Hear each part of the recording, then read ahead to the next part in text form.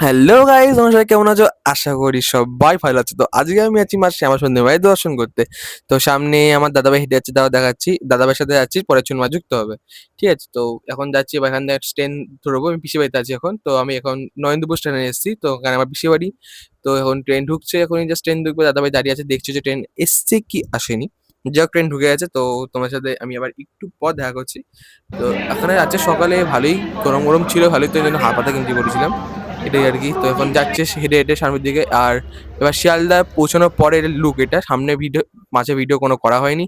তারপর মায়ের সামনাসামনি মায়ের মন্দিরে ঢুকে এখান দিয়ে সামনে তোমরা দেখতে পাচ্ছ ইন্টারফেসটা কিরকম। আমরা সামনে ঢুকছি এখন। কেনাকাটি তোমাদের আর দেখানো হয়নি, তখন আর ক্যামেরা বের করা হয়নি আর কি। এখানে পাশে একটা শিব মন্দির আছে, তো তোমার শিব মন্দির দেখালাম। এখানে আর একটা মা শামসুদ্দিন মায়ের ছবি আছে একটা।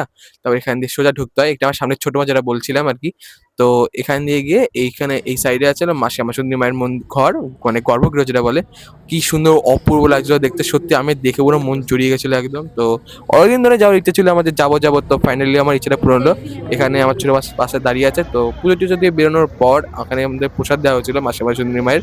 তো আমিও খাচ্ছিলাম, ঠিক আছে। তো এখানে আমার ছোট মাও খাচ্ছিল, ঠিক আছে। দাদাকেও প্রসাদ খাচ্ছিল আর কি।